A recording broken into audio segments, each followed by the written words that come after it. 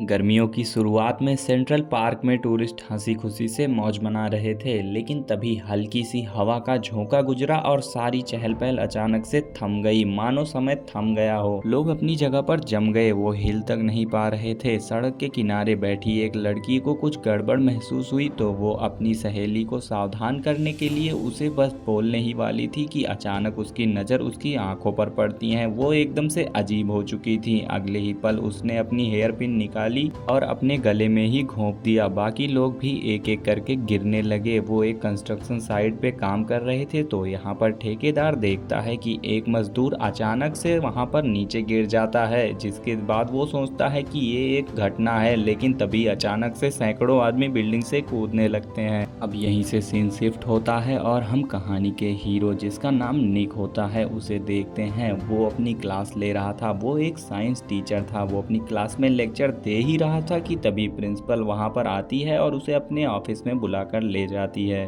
और उसे central park में हो रही ट्रेजेडी के बारे में सारी खबर देती है। सबको यकीन था कि ये किसी आतंकवादी का गैस अटैक है, लेकिन सुरक्षा के लिए यहाँ पर प्रिंसिपल ने तुरंत ही स्कूल को कुछ दिनों के लिए बंद कर दिया और सभी बच्चों को घर भेजने का फैसला किया। निक का दोस्त जूलियन, वो इस वायरस के बारे में समझ जाता है कि ये बहुत खतरनाक है, इसीलिए वो निक को अपने साथ गांव के पुराने घर में चलने को कहता है। निक पहले थोड़ी देर हिचकिचाता है, लेकिन फिर वो घर लौटकर जब अपनी टीवी पर न्यूज़ देखता है और जानकारी सुनता है तो देखता है कि हालत काफ़ी ज़्यादा नाजुक थी। सरकार का मानना था कि ये कोई नया वायरस है जो दिमाग की नसों के बीच का संपर्क तोड़ देता है, मगर ये वायरस आया कहाँ से और कैसे काम करता है ये किसी को अंदाजा भी नहीं था। यहाँ पर इस चीज़ की गंभीरता को देखने के बाद निक को तुरंत ही समझ आ जाता है कि उसे अपने दोस्त के साथ चले जाना चाहिए, इसीलिए वो तुरंत पैकिंग करने लगता है। वो अपनी पत्नी को लेकर जल्दी से स्टेशन पहुंचता है, जहां पर जूलियन और उसकी बेटी उसका इंतजार कर रहे थे। पूछने के बाद उसे पता चलता है कि जूलियन की पत्नी समय पर नहीं पहुंच पाई, इसीलिए वो उन्हें आगे मिलेगी। इसी दौरान बाहर एक हवा का झोंका आता है और सब लोग फिर से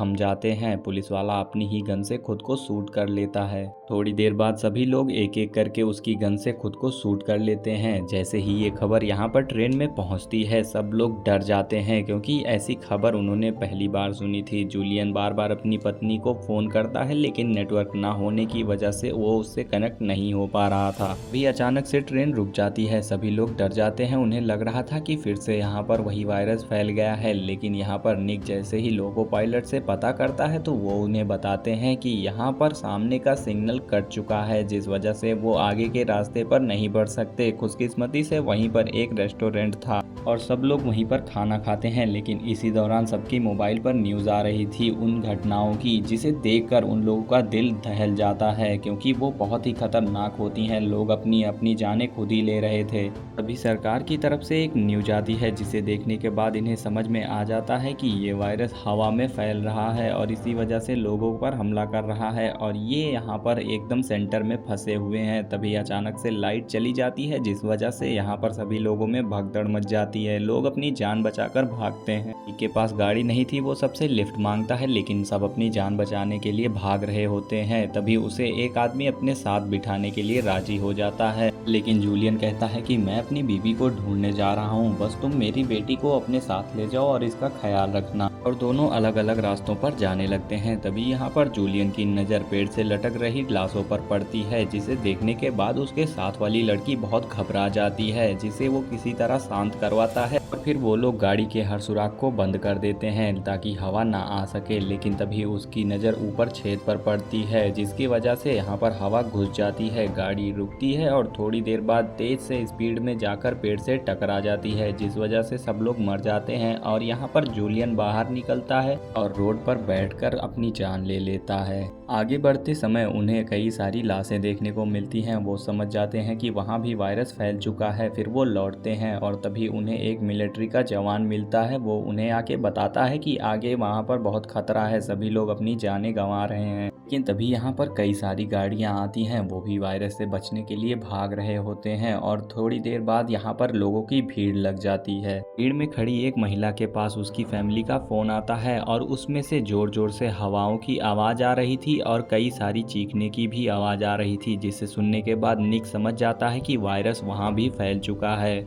निक तुरंत ही समझ जाता है कि जूलियन भी उस वायरस की चपेट में आ गया है, इसीलिए वो ठान लेता है कि अब वो उसकी बेटी को कुछ भी नहीं होने देगा। निक यहाँ पर उस ऑफिसर से बात करता है, तब उसे समझ आ जाता है कि ये वायरस जो है ये सिर्फ हवा से फैलता है और हमें यहाँ पर अब सुनसान एरिया से गुजरना होगा। तभी वो ऑफिसर सभी लोगों से कहता है कि हमें 2 ग्रुप बना लेना चाहिए और सुनसान इलाकों से गुजरना चाहिए। चलते चलते ऑफिसर के ग्रुप से एक हवा का झोंका गुजरता है और सभी लोग रुक जाते हैं और फिर हम देखते हैं कि ऑफिसर अपनी गन से खुद को शूट कर लेता है, जिसकी आवाज़ निक के ग्रुप तक पहुंचती है। वो लोग डर जाते हैं और फिर एक एक करके यहाँ पर गोलियों की आवाज़ आने लगती है।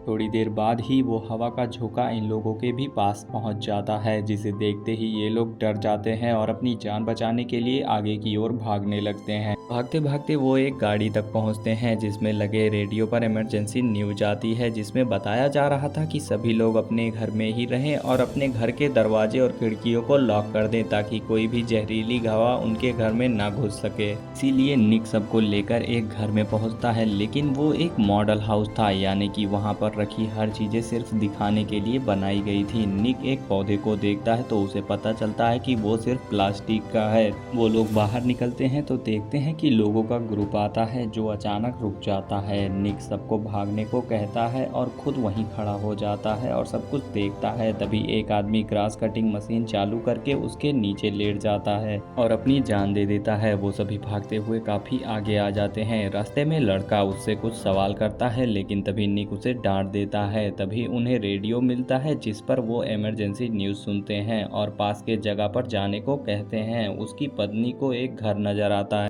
घर के पास पहुंचकर आवाज देते हैं, लेकिन कोई भी कुछ नहीं बोलता, जिस वजह से लड़का कहता है कि क्यों ना हम दरवाजे को तोड़कर अंदर चले जाएं। तभी अंदर से एक आवाज आती है और वो कहता है कि यहाँ से चले जाओ, और वो दरवाज़ा नहीं खोलता, जिस वजह से लड़के को गुस्सा आती है। वो ज़ोर ज़ोर से दरवाजे पर लात मारने लगता है और इसी दौरान वो आदमी गन को बाहर निकालता है और उस लड़के को शूट कर देता है। उनके कुछ समझने से पहले वो दूसरे लड़के को भी शूट करके मार देता है। ये देखकर वो सभी डर जाते हैं और वहाँ से भागते हैं और दूर आकर रुकते हैं, लेकिन शाम भी होने ही वाली थी। वो एक सुनसान जगह पहुँच जाते हैं। उन्हें एक घर दिखाई देता है जिसे देख उन्हें लग रहा था कि सालों से जैसे वो खाली पड़ा हो। अभी अचानक उसकी नज़र एक बूढ़ी औरत पर पड़ती है जो कि वहीं बैठी हुई थी। वो उसे लेमन जूस ऑफर करती है। उसका बिहेवियर काफ़ी अजीब था। निक उससे कहता है कि उन्हें कुछ खाने के लिए चाहिए, जिस पर वो लेडी उन्हें बुला लेती है और भरपेट खाना देती है। वो लेडी कहती है कि मैं काफ़ी सालों से यहाँ से बाहर नहीं निकली और खाने की चीज़ों को खुद ही उगाती हूँ। निक की बीवी उसे बताने की कोशिश करती है कि बाहर क्या हो रहा है। तभी वो लेडी भड़क कर उसे कहती है कि तुम सिर्फ रात गुजारने से मतलब रखो और बाहर क्या हो रहा है मुझे उससे कोई मतलब नहीं। सुबह होती है तो निक की आंखें खुलती है तो वो देखता है कि उसकी वाइफ और उसके दोस्त की बेटी वहाँ पर नहीं थी, इसीलिए वो उन्हें नीचे आकर ढूंढता है। तभी उसकी नज़र कमरे में जाती है। वो अंदर जाकर देखता है, तभी वहाँ पर लेडी आ जाती है और कहती है कि मुझे पता था कि तुम मेरा सामान चुराने आए हो, मेरे घर से तुरंत चले जाओ। ये कहकर वो वहाँ से चली जाती है। निक उसके पास जाकर उसे बात करने की कोशिश करता है तो वो देखता है कि लेडी उल्टा चलना शुरू कर देती है। निक तुरंत ही ये देखकर समझ जाता है कि टॉक्सिक हवा उस तक पहुंच चुकी है। वो जल्दी से दरवाज़ा और खिड़की बंद करता है तो वो अपनी वाइफ को बुलाता है और उसे ढूंढता है। तभी वो देखता है कि वो लेडी अपना सिर खिड़की पर मारती है। ऐसा करके वो अपने आप को मार देती है। अब निक अपनी फैमिली को ढूंढते हुए एक कमरे तक पहुंच जाता है जहां उनकी आवाज़ सुनाई दे रही थी। वो उन्हें बुलाता है और कहता है कि जल्दी से दरवाजे और खिड़की बंद कर लो। वो दोनों ऐसा करके निक से बात करने लगते हैं। निक उन्हें बताता है कि टॉक्सिक हवा यहाँ तक भी आ गई है। अब वो दोनों अपनी ज़िंदगी में बिताए हुए अच्छे लम्हों को याद करके इमोशनल होकर बातें करते हैं। अभी इसके बाद यहाँ पर हम देखते हैं कि वो कहता है कि मैं तुम्हारे साथ मरना पसंद करूँगा, मैं अकेले नहीं मरना चाहता। इसके बाद वो अपने कमरे से निकलकर अपनी बीबी के पास चला जाता है। ये देखकर उसकी पत्नी भी उससे मिलने के लिए बाहर चली आती है। हवाएं जोर जोर से चल रही थीं, लेकिन इसके बावजूद भी इन्हें कुछ नहीं हुआ। सुबह के 10 बज गए थे, यानी कि पूरे 24 घंटे कंप्लीट हो चुके थे। वो घर के अंदर आके बैठ जाते हैं। अब हमें यहाँ से 3 महीने बाद का सीन दिखाया जाता है, जहाँ आबादी कम हो चुकी थी और सब कुछ पहले जैसे नॉर्मल हो चुका था। निक अपनी बेटी को छोड़ने जाता है। यहाँ हमें पता चलता है कि टॉक्सिक एयर प्लांट यानी वो वायरस सिर्फ 24 घंटों तक ही ही एक्टिवेट था और ये सिर्फ नॉर्थ ईस्ट एरिया में ही था। बाकी की दुनिया सेफ थी। निक और उसका परिवार भी काफ़ी खुश थे क्योंकि उन्हें एक नई ज़िंदगी मिलती है। अब यहाँ हमें दिखाया जाता है कि दो दोस्त एक साथ जा रहे थे, तभी एक को किसी के चिल्लाने की आवाज़ आती है। वो मुड़ के देखता है तो सभी रुक जाते हैं क्योंकि वो वायरस एक बार फिर से एक्टिवेट हो गया था। इसी के साथ कहानी खत्म हो जाती है। ऐसी ही रोमांचक कहानियों के लिए वीडियो को लाइक और चैनल को सब्सक्राइब करें। मिलते हैं नेक्स्ट वीडियो में।